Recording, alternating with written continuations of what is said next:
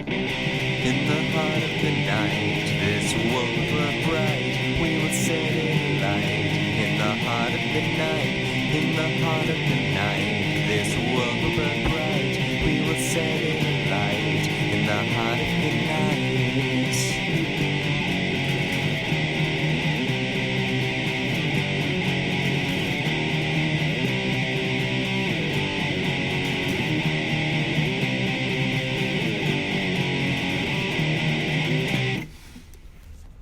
Hello everyone, I'm Anthropomantic Fiend, and I do horror-related things on the internet. Before I get into this review, I would like to just say a few things. Due to the insanity that is happening in the world right now, my school has canceled for a couple weeks, so I have a lot of time on my hands, so expect a lot more videos, and I hope that they will bring you much entertainment in this time because things are completely insane right now. But enough about that. A bunch of people have been doing my gothic horror tag. I am overjoyed that so many people have latched onto that and are having fun with that. So I'm going to shout out the people who have done the tag thus far that I've seen. Some people might have done it since, but I'm going to shout them out, and I'm going to link a playlist that I've done of all of the tag videos that people have done for my gothic horror tag below. A huge thank you to Marty from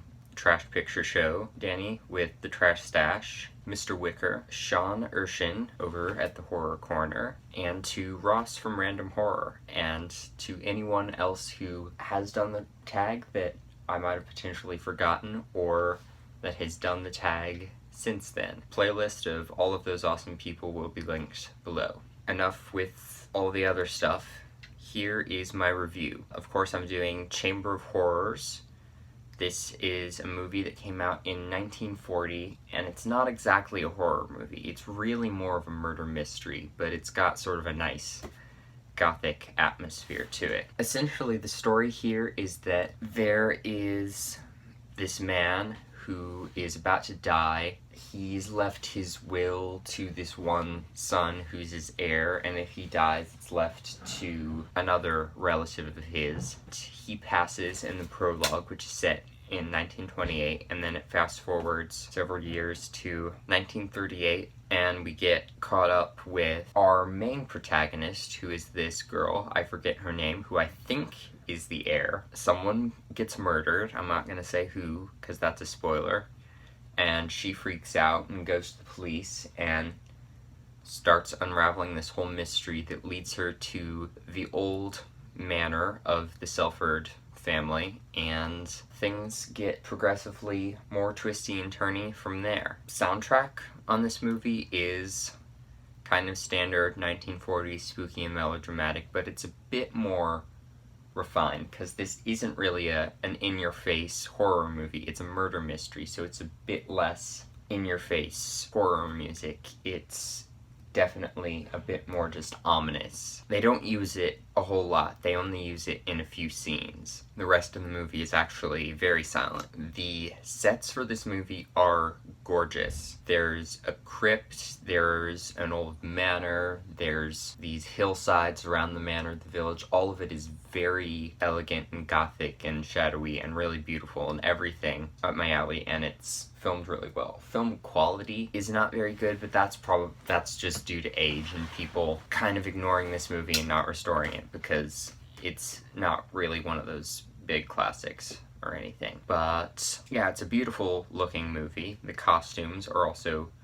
very, very beautiful. The cinematography itself and the camera angles and such are not that interesting or stylized, but the movie still looks really good. Acting is all decent. There aren't really any standout performances, and no performances that I thought were bad either. All of them felt like people, but I wasn't really that attached to any of them either. They were just kind of there, and they served the story, but I wasn't really that invested in any of the characters. And then the story is somewhat interesting. I was expecting more of a horror movie and less of a murder mystery, so it really didn't grab me in the way that some horror movies would. There's lots of murders that happen, but they're all very sneaky and devious. They're not played up. They're horrific, but they're not horrific in the way they would be in a horror movie. They're not in your face. Death scenes weren't really in your face in a lot of 1940s horror, but they were more so played up for shock value in some ways than they would be in a murder mystery like this. There are some interesting story elements that I really liked. There's the tomb of the old Lord Silford who has died that they are trying to get into, and it is locked with 7 keys, and apparently his fortune is in there or something. Somebody's trying to get to it and they can't quite figure out who, because people are dropping like flies and evidence is just rapidly disappearing. That element was really interesting. I was not as invested in trying to figure out who the killers were for a reason that I will get to. The plot was somewhat interesting. I just don't think I was in the right frame of mind for a murder mystery today. Then we've got the current resident of the Salford Manor, who I don't think is a relative, but he's pretty cool. I liked him. He's definitely very over-the-top, aristocratic, spooky guy, and he is of Spanish descent, and he is descended from the Spanish Grand Inquisitor, and he, because of this, collects instruments of torture, which he displays in what I guess is the titular Chamber of Horrors, with all of these models of people in this mock Inquisition torture scene. He's very creepy. He's sort of tries to make a case and justification for the Inquisition and for torture, which is messed up. He has this pet monkey named Beppo that will go around sitting on his shoulder and occasionally jumping off and causing mischief. So he was probably my favorite part of the movie. He's just sort of over-the-top, creepy, aristocratic guy, and I liked that. And the whole torture chamber element was probably the most horror-oriented aspect of the movie, which I enjoyed. So you've got this girl, and you've got these detectives that she's become involved with, and you've got her friend, who is, everybody in this movie is pretty much British, I think. Well, the Lord guy is of Spanish descent, and he speaks to Beppo in Spanish, because Beppo only responds to Spanish, and there's a very funny scene.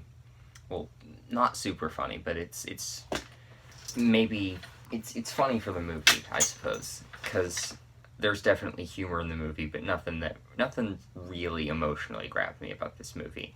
But anyway, Beppo will be doing stuff he's not supposed to do, and he doesn't respond unless you speak to him in Spanish, so he's kind of hard to stop unless you're this guy. But anyway, he's of Spanish descent. I think the main character girl might be French partially, and then we've got her friend who is French Canadian, but they all more or less have sort of a British accent, and I'm pretty sure this was a British production. So that doesn't add a whole lot to the movie, but there is sort of this something of a socio-political background to what's going on with the whole Spanish Inquisition aspect of it, and some sort of war history that's involved. Because then there's also this guy's, basically his butler, whose name is Craig, and Craig is a mute because his tongue was cut out during some kind of rebellion or war. I forget what it was. And he's sort of this just sort of mute, creepy, lurch reminiscent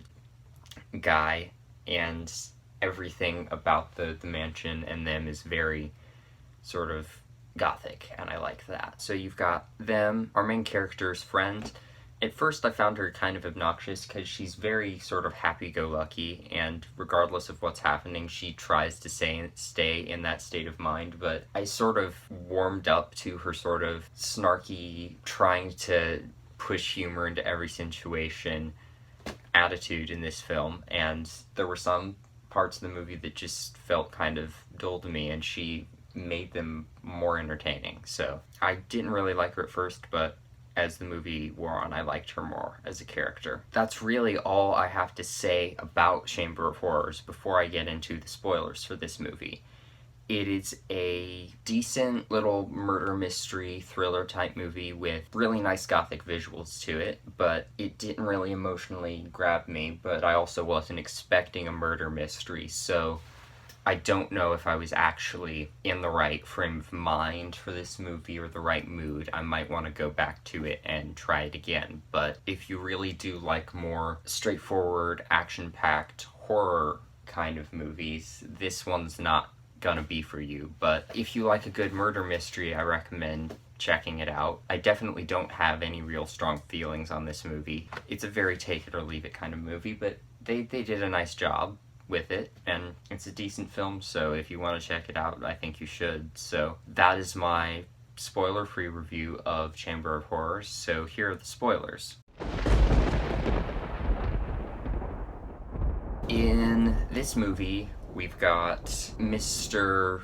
Silford, who is talking with this woman at the very beginning of the movie and tries to give her this letter explaining about inheritance and stuff. And we get a nice little touch in this scene because there's a portrait hanging on the wall with eye holes cut out, which is such a murder mystery trope thing that it's pretty amusing and funny to me. But somebody pokes his eyes through, and then this little trapdoor opens up in it and a gun comes out and it shoots the guy, and it's got a silencer on it which prevents gunshots from making sound. I know next to nothing about how guns work, so I'm assuming silencers are a thing, but I don't know, and I don't know how they work, so I'm just going with it. He gets shot right before he can provide the valuable information, and he dies, and she freaks out and runs out to tell the nurse. When she goes back in, he is gone, the portrait on the wall is gone, and everything else in the room is gone, and apparently the hospital hasn't even had patients in years, which is bizarre. I don't even remember how they dealt with his body. I don't remember that. I'm not remembering all of the finer points of the murder mystery aspect just because that didn't grab me, I guess. That scene was pretty cool. I enjoyed that, and I liked the sort of bizarre reveal there, but I don't remember how they end up explaining that. And then other pieces of evidence start disappearing, like the letter she was given and the key. Well, she still has the key, but the other 7 keys have vanished out of this box. The keys that unlock the tomb that they were supposed to have vanished out of this box. It really is not all that hard to figure out who our villain is. It is very much this sinister lord guy. He is definitely my favorite character in the movie because he just milks the villain thing and plays up his character probably the most of any of the characters in this movie. He's very sinister and over the top, and I liked him. Again, the torture chamber is really cool because there's all these wax figures and this really interesting version of an Iron Maiden, which I don't think was actually used that much. I don't think it was as much of a thing that was used for torture as some people make it out to be, but this is not the traditional big metal case with a person's face on it with nails inside that shuts. This one is a secret Iron Maiden that one of the guys accidentally steps on, and these big metal clamps come around and hold him, and nails start coming down out of the ceiling, and he has to press a button to make it stop. And he's built a functional modern Iron Maiden. And yeah, they kind of go with it for a little while. They're like, okay, he has a functioning Iron Maiden in the basement. That's fine. It's not fine. But I thought that was really cool. That's the only real torture device that we go into in the Chamber of Horrors, but I liked it. I thought they did a good job with creating this new version of an Iron Maiden where it's not the traditional Iron Maiden, it's a wax figure that holds on to this guy, and then you've got nails coming out of the ceiling, so that was cool. There was a fun scene with Beppo in the movie, which reveals the hiding place of one of the keys, because Beppo grabs onto the main character's friend's knitting and starts unraveling it and jumping up on these bookcases or these shelves, and they're trying to pull him down, and he keeps knocking over vases, and that's where they find one of the keys. I thought that scene was entertaining because just Beppo refused to stop. We find out that Craig, the mute butler, is the one who has been shooting everyone, and I don't know, he was the one who was shooting everyone. And then there's also a bunch of other criminals who have been involved with this guy, helping him hide evidence and kill people everywhere. They kind of are fed up with him at one point, and they're like, yeah, we're not giving you the keys unless we get paid, and even then we're not giving you the keys because we need those. And he's like, yeah, no, don't do that. Craig, shoot them. And Craig shoots them. So I'm not as into this movie, if you haven't noticed. I'm not finding really interesting things to say about this one, but I'm gonna push through and continue reviewing this movie anyway. After she figures out that she's probably on the hit list, the heroine tries to hitchhike and gets picked up by someone, but doesn't really look to see who it is, and it's the creepy lord guy, and he takes her and seals her in the tomb. And in the meantime, everybody's kind of pieced together what's happened, so the detectives go after the villain, and we get one really cool fight with him in the chamber, where he's grabbed a sword from one of the wax figures and is slashing at the detective, and he's picked up a tiny little stool and is blocking it, and then naturally pushes the villain into the Iron Maiden and refuses to let him go until he talks. I thought this scene would be a lot cooler if he refused to talk and died, but that wouldn't give us any kind of a conclusion. So he gets freed, and then he gets shoved into a chair and reveals his whole evil plot to them. And while he's doing that, he asks for a drink of water from a goblet that's sitting on the table nearby, and he just takes this huge swig out of the goblet and then continues laying into what it was that he was trying to do. And as he's talking, he just gradually gets drowsier and drowsier, and then we realize that he's dying because he's just swigged this huge drink of poison. He's poisoned himself so that he... I don't know why. Because he's just revealed his whole plot to them, so he just, dies, I guess. And then they all drive back home and live happily ever after, and that's the end of the movie. I'm sorry if I didn't explain the movie that well. I think it would be better if you actually watched it, and probably better if I watched it again, just to get the finer details. But I wasn't really in a murder mystery mood when I watched this, so I'll go back to it at some point. But if you like a decent murder mystery, again, I recommend this movie, but if you're more into straight-ahead, in-your-face horror, this isn't going to be for you. So that is my review of Chamber of Horrors. Thank you for watching my video, and hopefully I will see you in another one. Bye.